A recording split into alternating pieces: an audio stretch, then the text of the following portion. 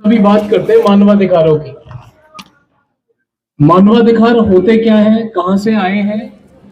महिलाओं को, कालों को और जो वहां के पूंजीपति लोग नहीं थे उनको वोट का अधिकार नहीं दिया। 26 नवंबर 1949 को यह अधिकार हमारी संविधान सभा पारित कर लेती है कि सभी को वोट का अधिकार। की जो संसद थी उस समय, उसके पास में इतनी क्षमता 1850 में आजाद होने के बाद भी वो 1955 में जाकर महिलाओं को, कालों को वोटिंग का अधिकार। अगर वोटिंग राइट्स अमेरिका में नहीं मिलते ब्लैक्स को, तो आज की डेट में हम देखते हैं कि ब्लैक्स पूरे विश्व में अपने आप को स्पोर्ट्समैनशिप के बहुत बड़े।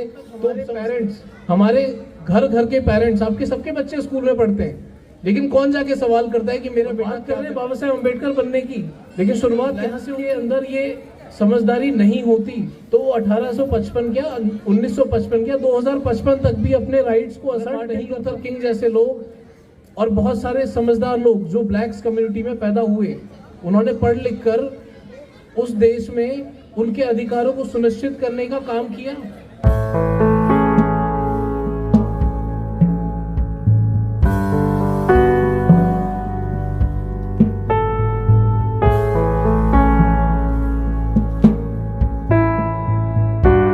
सभी उपस्थित महानुभावों को मेरा जय भीम, नमो बुद्धाय।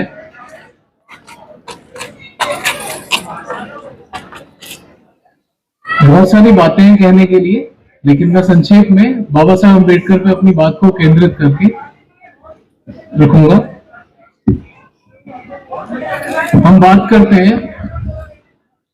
हम सभी बात करते हैं मानवाधिकारों की। मानवाधिकार होते क्या है, कहां से आए हैं? और हम सोचते हैं कि जो मानवाधिकारों की सबसे ज्यादा वकालत करने वाले देश रहे हैं वो वेस्ट रहे हैं, तो ये बात बिल्कुल गलत है।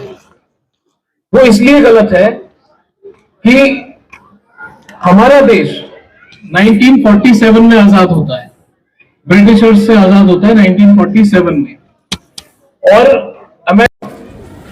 जो अपने आप को बहुत बड़ी डेमोक्रेसी समझता है, उस अमेरिका में जो लोकतांत्रिक अधिकार, वोट का अधिकार, अपने आप को वो कहता है कि मैं 1850 में आजाद हुआ, लेकिन असलियत ये है कि 1850 में आजाद होने के बावजूद भी अमेरिका में महिलाओं को, कालों को और जो वहां के पूंजीपति लोग नहीं थे उनको वोट का अधिकार नहीं दिया गया। अब वो अधिकार कब मिलता है अमेरिका को और भारत को, ये कंपैरिजन मैं आपके सामने रखता हूं। अमेरिका में जो वोटिंग का अधिकार महिलाओं को, कालों को और जो दबे कुचले समाज के लोग थे वहां पर, उनको कब मिलता है और भारत में कब मिलता है? भारत में मिलता है 1947 में, जब आजाद होते हैं। उसके बाद जब संविधान सभा में बहस होती है, 26 नवंबर 1949 को यह अधिकार हमारी संविधान सभा पारित कर लेती है कि सभी को वोट का अधिकार होगा। लेकिन अमेरिका की जो संसद थी उस समय, उसके पास में इतनी क्षमता 1850 में आजाद होने के बाद भी वो 1955 में जाकर महिलाओं को, कालों को वोटिंग का अधिकार देते हैं। ये कंपैरिजन में इसलिए रख रहा हूं कि बाबा साहेब अम्बेडकर की जो विशालता है, जो उनकी दूरदर्शिता थी उस समय, वो ये थी कि महिलाओं को और जितने भी दबे कुचले समाज के लोग हैं, उन सबको अगर अधिकार नहीं दिए गए वोटिंग के, तो उनके साथ क्या होगा। जैसा अमेरिका में हुआ कि कालों को अधिकार ना मिलने की वजह से उनका कोई रिप्रेजेंटेशन 1850 से लेकर 1955 तक उनके संसद में था ही नहीं। लेकिन उसके विपरीत हमारे देश का संविधान जो इतना मजबूत है, वो 1950 में लागू होता है और 1950 में ही संविधान में वोटिंग के राइट की वजह से दलित संसद में पहुंचते हैं, महिलाएं संसद में पहुंचती हैं, दबे कुचले समाज के लोग संसद में पहुंचते हैं, मुस्लिम संसद में पहुंचते हैं।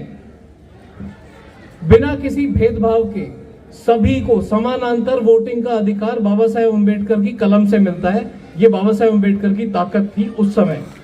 और अमेरिका जो अपने आप को बहुत बड़ी मूंछ तानता है, उसकी संसद में 1955 में महिलाओं को वोटिंग का अधिकार मिलता है। ये अमेरिका का सेटबैक है, जिसको हम संक्षिप्त में ऐसे समझ सकते हैं।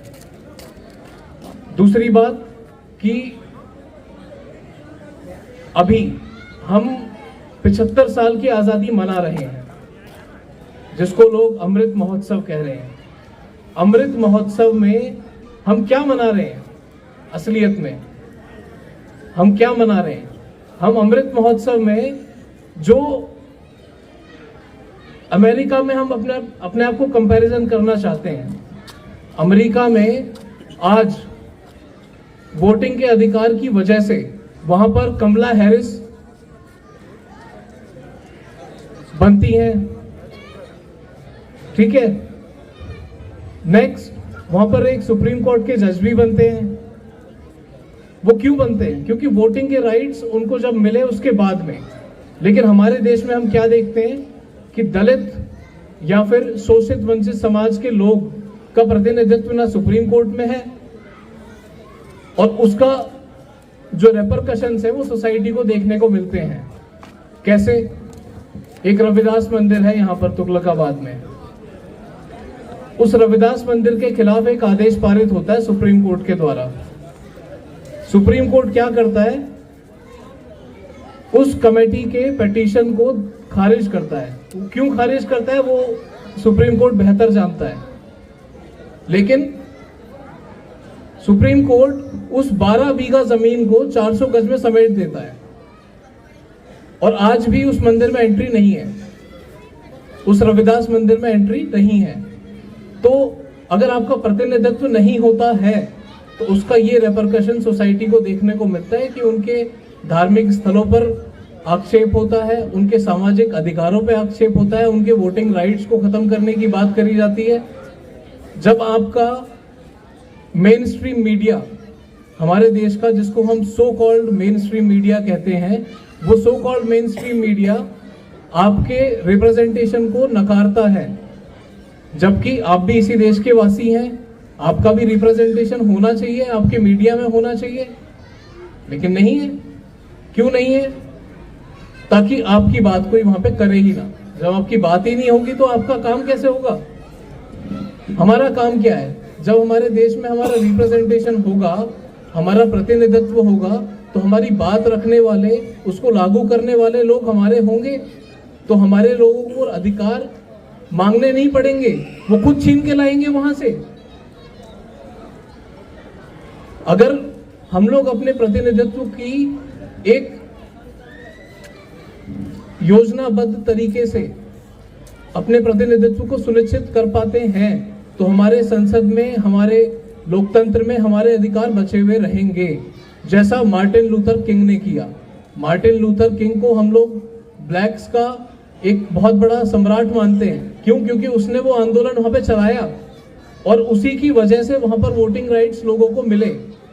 अगर वोटिंग राइट्स अमेरिका में नहीं मिलते ब्लैक्स को, तो आज की डेट में हम देखते हैं कि ब्लैक्स पूरे विश्व में अपने आप को स्पोर्ट्समैनशिप के बहुत बड़े तोप समझते हैं।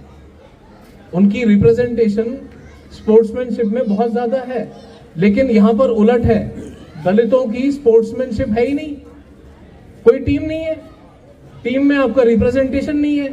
इस 1.5 करोड़ की आबादी को लेकर हम कर क्या रहे हैं?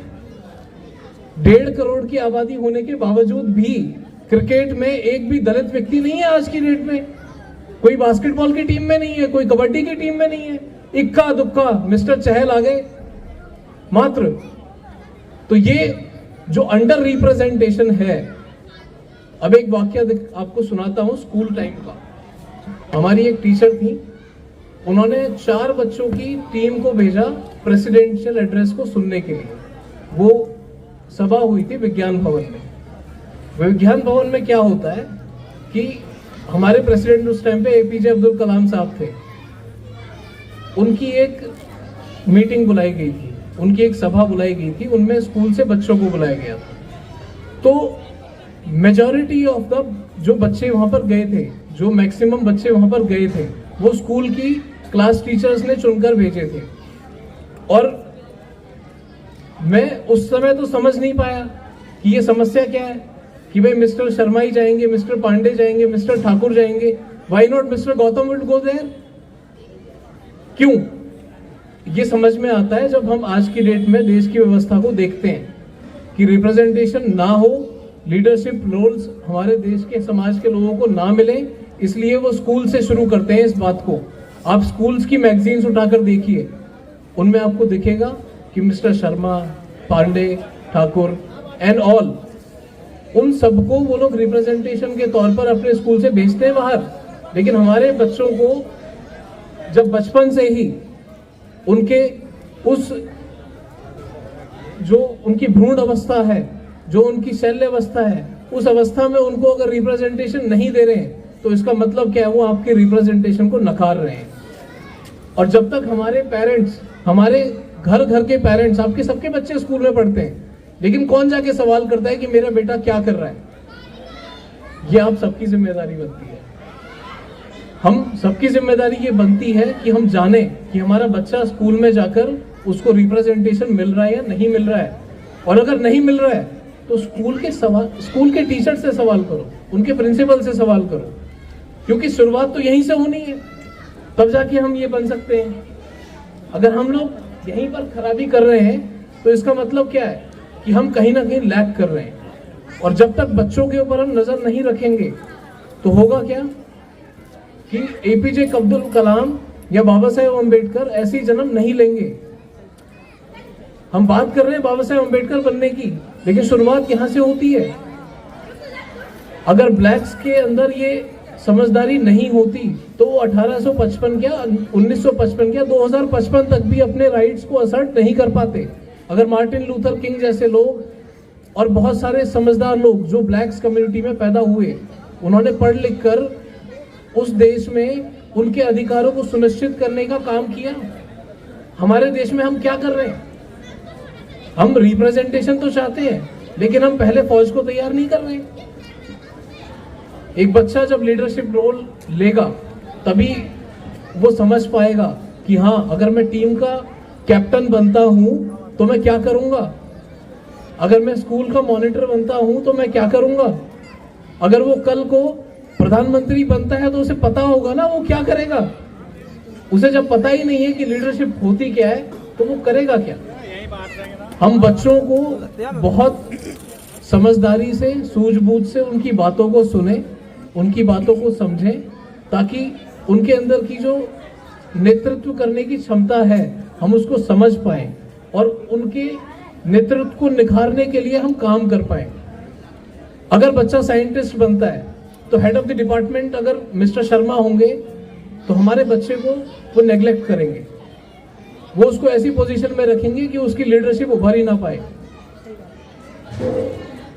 रीजन, अगर वो टीम का कैप्टन भी बनता है तो टीम की कैप्टेंसी उसकी खोपड़ी से छीनी जाएगी। तो हम अपने लिए तैयारी ना करें, हम तैयारी करें इनके लिए, क्योंकि ये लोग कल बड़े होंगे और हम अगर ऐसा ही समाज छोड़ के जाएंगे तो ये हम पे ही सवाल उठाएंगे, अरे तुमने करा क्या, कहेंगे ना। तो हमें टॉपिक्स हैं बहुत सारे और हमें समझना होगा कि हम क्या कर रहे हैं और किस लेवल पर हमें बच्चों को ट्रेन करना है, क्योंकि वही फ्यूचर है। हम तो जैसे हैं वैसे हैं, हम भी फ्यूचर हैं, हमारा भी फ्यूचर अभी 25 30 साल 40 साल का होगा, लेकिन बच्चों का फ्यूचर अभी 50 साल का बचा है। तो 50 साल में क्या कर सकते हैं ये हमें सोचना होगा। तो इसी बात के साथ मैं अपनी बात को विराम देता हूँ। जय भीम, नमो बुद्धाय।